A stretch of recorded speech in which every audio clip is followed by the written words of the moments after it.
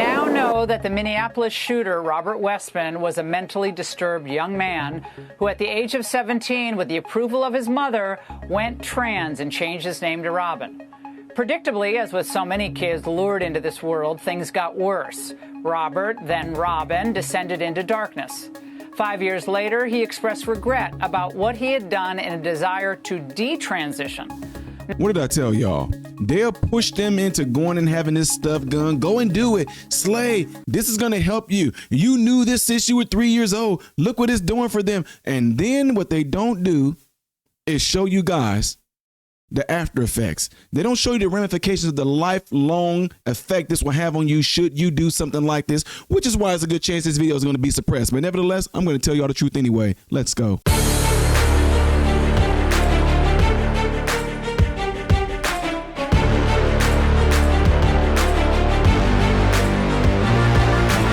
How are you good people doing, my American brothers and sisters? Welcome to the channel. I'm Ty Smith. You're watching my channel, Modern Renaissance Man, which I'm greatly appreciative of. Follow me up here. Follow me down here. Click this. It helps me very much. Thank you very much. If and when you do subscribe to the channel, click the bell notification that will bring down the drop box for you to select all notifications. Last but not least, don't forget to check out the other YouTube channel called Man, Husband, Father, in which I would be greatly appreciative of you if you go over there and do that. And as of right now, we are at 6,720 subs on that channel. So appreciate you guys very much. Ladies and gentlemen, I know I have not talked about this, and you know, I did talk about it a little bit when I went live, but I want to talk about this in a way to where I know that this video is going to be heavily suppressed. So it's up to you guys to make sure that this video is shared, you know, hit the thumbs up button, because this is something that they don't want to talk to you guys about. When I say they, I'm talking about doctors. I'm talking about a lot of the mainstream media. I'm talking about platforms such as YouTube or Instagram and Facebook. When someone comes out and shows you guys the after effects of someone going through what they go through when they so-called transition, or they so-called going through these mental issues regarding themselves being in the wrong body and all that, they don't show you guys the after effects of this. They don't show you guys what these people go through after they so-called had these body manipulations done to them. They don't do it. Why? Because they don't want the truth to get out. For example, how is it that people who struggle in that way already are already in a mindset of self-deletion, right? Y'all follow me? Self-deletion. How is it that it increases a ton after they had the affirming, you know, surgeries done? How is it increases more after they've been put on the hormone pills? And this is a sad situation all around, but at the same time, it does not take away from what this coward did that was evil. Check this out. Now, according to a translation of the purported manifesto, Westman wished he hadn't brainwashed himself and hadn't questioned his gender identity, writing that while he knows he wasn't a woman, he didn't feel like a man. Now, we don't know what sort of treatment he got, if any, but we do know that there needs to be an investigation into how so-called gender-affirming care is impacting our kids. This is the second shooting involving a trans-identifying shooter who specifically targeted Christians and Catholic kids.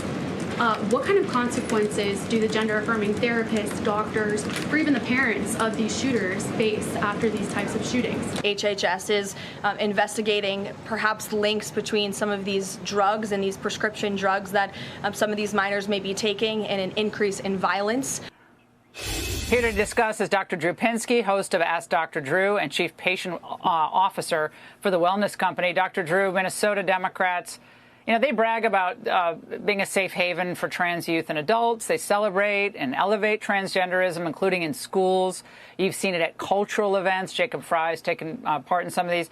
But isn't it time to have a serious conversation about, like, a federal ban on any gender treatment of any kind at any medical facility, at least when it involves minors? Oh boy, it's a heavy question. But the reality, though, is, look, the fact that we take this treatment and we don't contemplate the context in which it occurs, and we bureaucratize and centralize and politicize the practice of medicine, you're going to have bad outcomes. This kid had a context that was much more serious problem than was his gender feelings. The reality is it's like treating a fever when somebody has a pneumonia. You miss the underlying condition. And the reality also is, Laura, that there are people that do benefit from care, properly selected, properly timed. But we spend no energy figuring out who those patients are. So we're giving one size fits all, which only ends up in what looks to all of us like harm, as opposed to any potential benefit for anybody. So do you think giving puberty blockers or even green lighting surgery for minors can be a good thing? I'm not clear about surgery, but I've seen many cases in which somebody, as they hit puberty, not getting puberty blockers, just getting hormonal therapies, are carefully assessed for many months, sometimes years, and then are told they're going to be taking dangerous medicines for the rest of their life. They have to take these things. They're very circumspect about it. They understand they have a condition. These are dangerous medicines, and it's not to be willy-nilly applied to anybody who might have a funny feeling about who they are. Yeah, transgenderism among young people, Dr. Drew, is skyrocketing, we understand. So trans kids ages 13 to 17 make up more than a quarter of the entire trans population. So when you look at Minnesota, where the shooting happened, the transgender rate there among 18 to 24-year-olds is the highest in the United States. What are your thoughts there? We need to look at this as seriously as we look at rates of, say, something like autism, where you're not allowed to ask. All these years, we've not been allowed to ask what is going on. Why are these rates going up? There's a reason here. Contagion has been suspected. There's all sorts of concerns about medications, of course, but there's something going on, and we need to understand what that is and stop merely slapping something on the surface and looking deeper. Humans are complicated. Our brains are complicated. And just giving some paste on the outside is not going to solve what's going on necessarily on the inside. Do you think that, given what we've learned about this individual, that it's even conceivable that there weren't major red flags about a potential episode, perhaps a violent one, brewing here? We had lots of problems, obviously lots of disciplinary issues and other problems, but yes, this doesn't happen overnight. No, it does not. They're absolutely categorically had the very. This is what is so disgusting to me, and frankly ashames me of my profession, that they focused on this one issue of care and missed the important context of what was going on with this kid. I don't want to say I feel sorry for a perpetrator like this, but is this kid better because of the care he got from the medical system? Are any of these kids that have shot places up and had transgender treatments better because they got transgender treatment? Something is very wrong with how we're approaching this treatment, and we need to solve that problem.